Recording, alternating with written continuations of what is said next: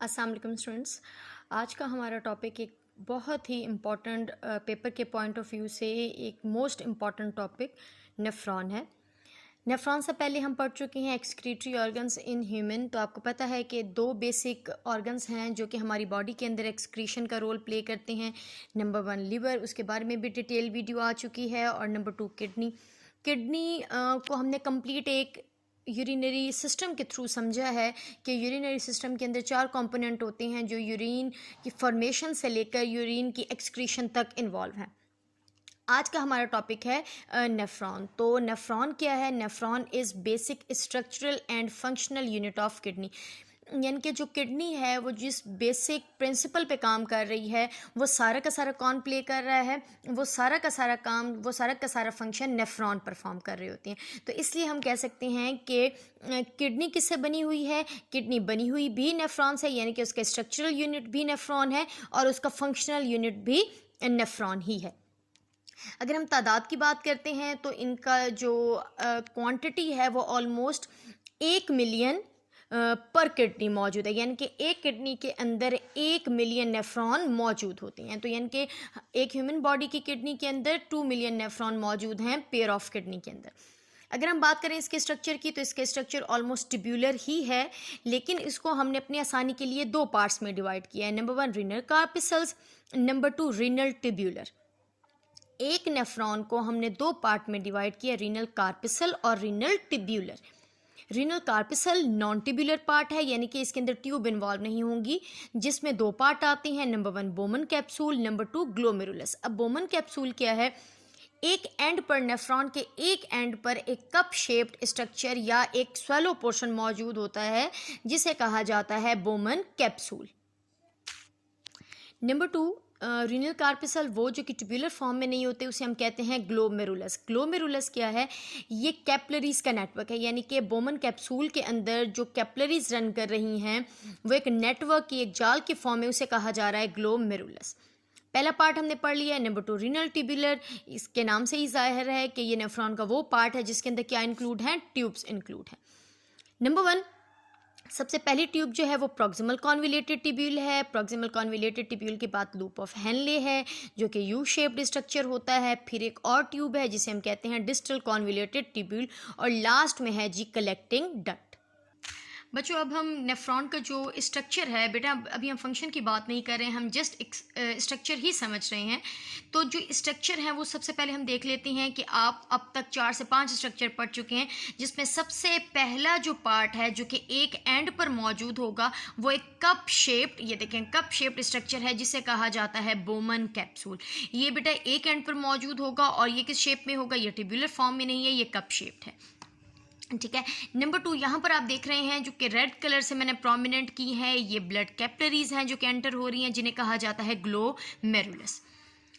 Bowman capsule आगे जाकर एक ट्यूब लाइक स्ट्रक्चर में, ये देखें कॉन्विलेटेड ट्यूब्यूल है, ये आप कह सकते हैं इनफोल्डिंग आप कहेंगे या कर्व कहेंगे, उसके अंदर मौजूद है, जिसे कहा जाता है proximal convoluted tubule. Proximal convoluted tubule एक यू शेप्ड स्ट्रक्चर के अंदर एंटर हो रही है जिसे कहा जाता है लूप ऑफ हेनले। इसके 2 पार्ट्स होते हैं। यू शेप, आपको पता है यू शेप स्ट्रक्चर के 2 पार्ट हैं, एक वो जो कि नीचे की तरफ जा रहा है उसे कहा जाएगा डिसेंडिंग लूप ऑफ हेनले, और एक टर्न लेके जब ऊपर की तरफ जाएगा तो उसे कहा जाएगा असेंडिंग लूप ऑफ हेनले।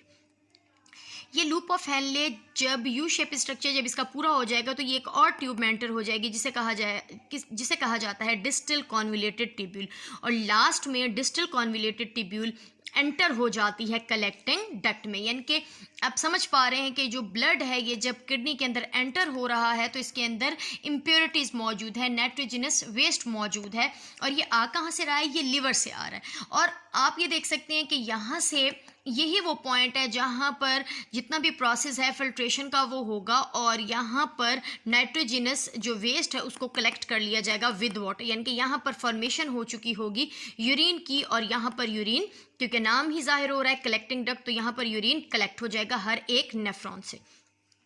तो आई होप आपको जो सिर्फ नेफ्रॉन का स्ट्रक्चर है वो समझ आ गया होगा।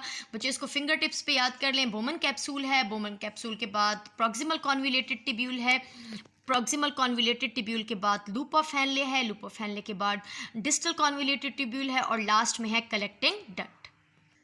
बच्चों स्ट्रक्चर के बाद अब हम देखेंगे कि किडनी के अंदर या नेफ्रॉन के अंदर ब्लड की सप्लाई कैसे हो रही है। बेटा एक कंप्लीट लॉन्ग क्वेश्चन बनता है जिसमें आपको स्ट्रक्चर बताना पड़ेगा, फंक्शन बताना पड़ेगा नेफ्रॉन का, और उसके बाद ब्लड की सप्लाई। ये एक अलग से शॉर्ट क्वेश्चन भी बन सकता है और ये लॉन्ग क्वेश्चन में भी आ सकता है कि नेफ्रॉन के अंदर जो ब्लड सर्कुलेशन या जो ब्लड सप्लाई है उसको डिस्कस करें। अब सबसे पहले तो ये बच्चों कि आपको पता होना चाहिए कि जो ब्लड सर्कुलेटरी सिस्टम है उसके अंदर जो वेजल्स रन कर रही हैं वो किस तरह से फंक्शन परफॉर्म कर रही होती हैं, ये कौन कौन से पार्ट्स हैं। सबसे पहले जो कि डायरेक्ट हार्ट से अराइज होता है वो ऑर्टा है। ऑर्टा मज़ीद थिन होकर यानी कि अपना डायामीटर कम करके आर्टरीज में कन्वर्ट हो जाता है, आर्टरीज आर्ट्रियोल में कन्वर्ट हो जाती हैं और आर्ट्रियोल कैपिलरीज में कन्वर्ट हो जाती हैं और कैपिलरीज मिलकर एक डीऑक्सीजनेटेड ब्लड के लिए एक थिक सी आप कह सकते हैं एक लार्ज डायामीटर वाली वेन में कन्वर्ट हो जाती है। तो आई होप आपको समझ आ गई होगी कि ब्लड सर्कुलेटरी सिस्टम का जो वेजल्स हैं वो किस तरह से रन कर रही होती हैं।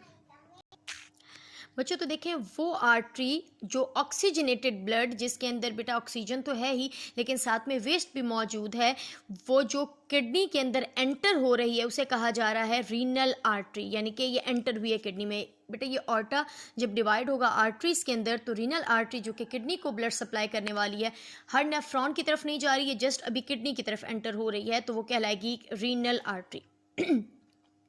रीनल आर्टरी मज़ीद छोटी छोटी फाइन ट्यूब्स में डिवाइड हो जाएंगी, वेजल्स में डिवाइड हो जाएंगी जो कि हर एक नेफ्रॉन के अंदर एंटर होंगे, उन्हें कहा जाएगा एफरेंट आर्ट्रियोल। एफरेंट आर्ट्रियोल आगे जाके जब बोमन कैप्सूल के अंदर एंटर होगा तो उसे कहा जाएगा, यानी कि आर्टरीज बेटा किस में कन्वर्ट हो जाती हैं, आर्टरीज कन्वर्ट हो जाती हैं कैपिलरीज के अंदर।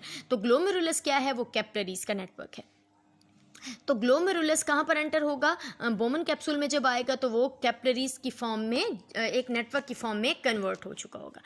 यही कैपिलरीज जब अराइज होंगी, निकलेंगी बोमन कैप्सूल से तो ये कहलाएंगी एफरेंट आर्ट्रियोल, और जब ये प्रॉक्सिमल कॉन्वोल्यूटेड ट्यूब्यूल और इसके अलावा आप कह सकते हैं कि लूप ऑफ हैनले फिर डीसीटी की तरफ जब ये नेटवर्क की फॉर्म में फैल जाएंगी तो इन्हें कहा जाएगा पेरिटिब्यूलर कैपिलरीज, यानी कि जो निकल रही है बोमन कैप्सूल से वो इफरेंट आर्ट्रियोल है और जो पूरी फैल गई है ट्यूब्स में वो क्या कहलाएगी, पेरिटिब्यूलर कैपिलरीज। और यही पेरिटिब्यूलर कैपिलरीज जब मिल जाएंगी तो एक वेन बना देंगी और वेन किडनी से जो बाहर जा रही है उसे कहा जाएगा रीनल वेन।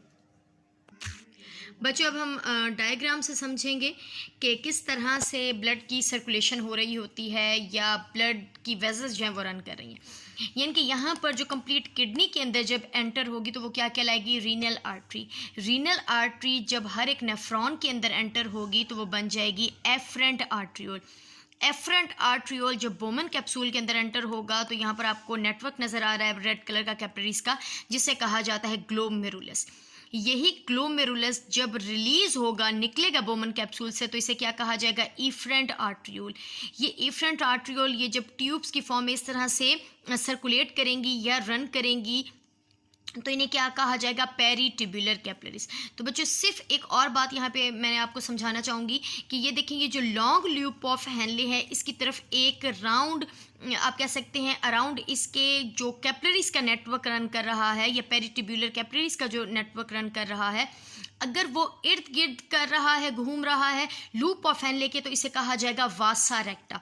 और अगर जब वो यहाँ पर है, ये यहाँ पर है, तो इसे क्या कहा जाएगा, पेरिटिब्यूलर कैपिलरीज। ठीक है, और जब ये यहाँ से अराइज होगा तो ये क्या बन जाएगा, रीनल वेन।